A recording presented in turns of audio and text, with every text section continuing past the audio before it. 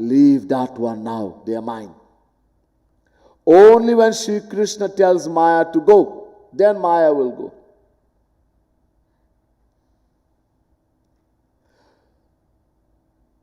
So in other words, until we do bhakti, complete surrender means to do bhakti. You can't surrender to the formless Brahm. In fact, that formless Brahm, he does nothing. So he can't even give kripa. Only God with a form gives kripa, grace. Without grace, no one can cross Maya. Without kripa, without grace.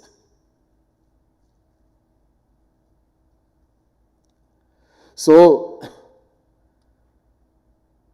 bhaktya mam vijanati yavan yaschasmi tatvatah tato mam tatato gyata vishyate tadanantaram. Chapter 18, verse 55, Gita. Bhagwan Krishna makes it very clear. He says, without bhakti, without love for Sri Krishna, no one can attain Brahma Gyan, knowledge of Sri Krishna, God realization. You can attain Atma Gyan. Let me give you an example of the Atma Gyani. Somebody is being chased by bees. A whole swarm of bees is chasing this person. So he dives into a pond of water. As long as he remains under the water, he is protected from the bees. But the bees keep swarming above him.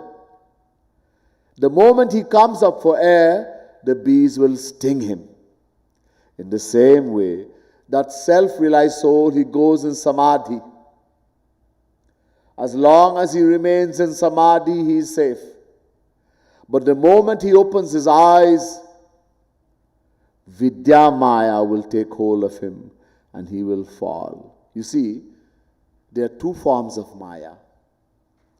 Tehi kar bhed sunahu tum do, Vidya apar avidya do.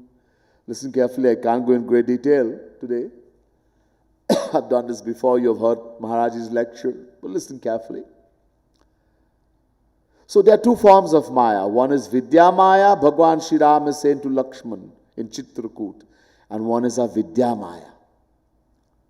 Gyanis, those who follow the path of Gyan, in ancient times, in Satyug, Treta Yuga, and even Dwapar Yuga, not Kali Yuga, were able to destroy Avidya Maya. They realize I am the soul. But no Jnani, no Rishi, no Yogi could destroy Vidya Maya. To destroy Vidya Maya, you need the grace of Bhagavan. Without the grace of God, no one can cross Vidya Maya. Kripa. And an example, a beautiful example, is given in Bhagavad Mahapuran. A great self-realized soul, Paramhans, was known as Jar Bharat. This is in the 5th canto of Bhagavad Mahapuran, this katha. So, Jar Bharat ruled the whole world for 1 million years. Satyug. Those things are possible. Then he gave up the kingdom and he went in the forest. He went to the Gandaki Nadi. This is a river that flows in Nepal today. On the bank of that river, there was an ashram, and so he started to stay in that ashram, practicing devotion. He was Paramhans, self-realized. And now he is doing sadhana. One day, a pregnant deer, right on the river, on the bank of the river, a pregnant deer came and was drinking water. and suddenly a lion roared.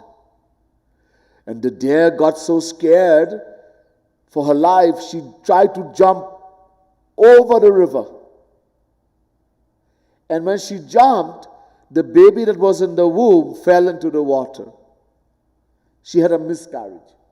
And that deer ran away to save her life. She ran into some cave and died out of exhaustion and due to the miscarriage, etc.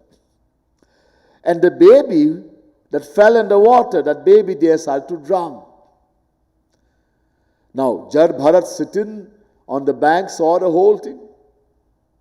And so seeing that baby deer drowning, overcome by compassion, he drove into the water, took out that baby deer,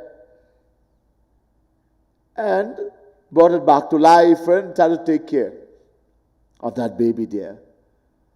And soon he became very attached. This is the Vidya Maya. The deer is the Vidya Maya. He became so attached to that baby deer, that deer started to grow. And like when you have children, like any parent in the world, and the children will go, you get worried when they go to school or they go out, and you hope they didn't get an accident and somebody didn't kidnap them, etc. So too, when the deer will not return, he will wonder, or when she will go to graze, oh, I hope some lion didn't eat her, and so worried. He became very attached. Now the time approached, he was about to die. Jad Bharat was very powerful. He knew that the time had come.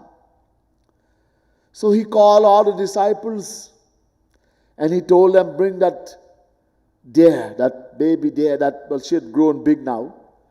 Bring her.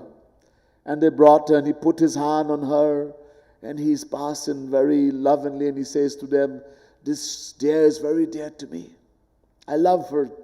Please take care of her. And while doing that, he died. And what happened? His mind was attached. This is the Vidya. Remember, he was Paramhans. Self-realized. This is why those people who say self-realization is God-realization, they don't know anything. Complete bakwas. Nonsense.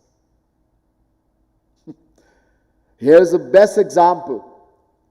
He got attached to Vidya Maya, the deer.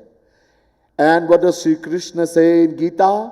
Yam yam vapi smaram bhavam tyajatyante kalevaram tam tamevaitikam sada tad bhava bhavitaha. Chapter 8, verse 6, Gita. Wherever your mind is attached, the moment you leave, the life leaves this body. Not what you say. You can't even say anything. Where the mind is attached, that is where you're going to go or become in the next life. Very clear in the Gita. For those of us who love our dog and our cat and our parrot, think very carefully. So, Jad Bharat had to become a deer in the next life. And this is one of the best examples, many examples, but this is one of the best ones. So self-realization means you have reached a certain point, very high point. The bliss experienced by the self-realized soul, none of us in the material world know. It is so great that he thinks I have attained everything.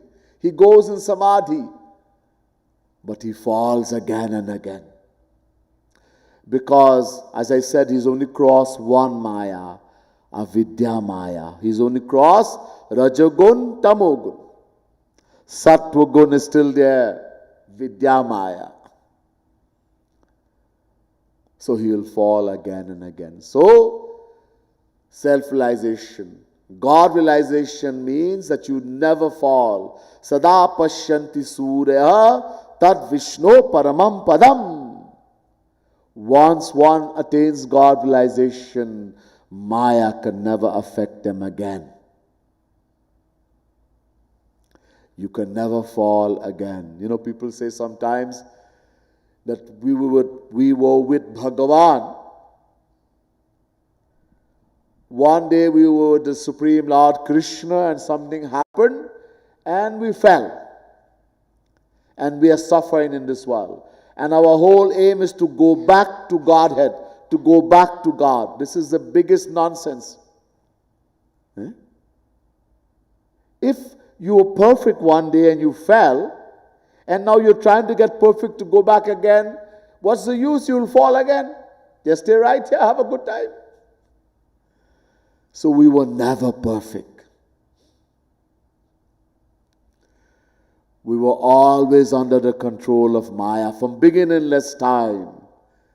The aim is to become free from Maya. And once we become free from Maya, Maya can no longer affect us. We will never fall ever again. Or else it's useless to attain godization. Just enjoy. So it's not logical. You see, only when we meet a true saint, like Sri Kripaluji Maharaj, we can acquire this kind of knowledge. Otherwise, all kind of nonsense we hear in the world of people who pretend to be saints and godmen, having no idea what is written in the scriptures. It's so important to get the philosophy from a saint. Not me. This knowledge I am giving you, I have gotten from a saint, from my guru, Sri Kripaluji Maharaj. Don't think this is from me. This is what he has given me. And we are so fortunate to get this knowledge from a true saint. So,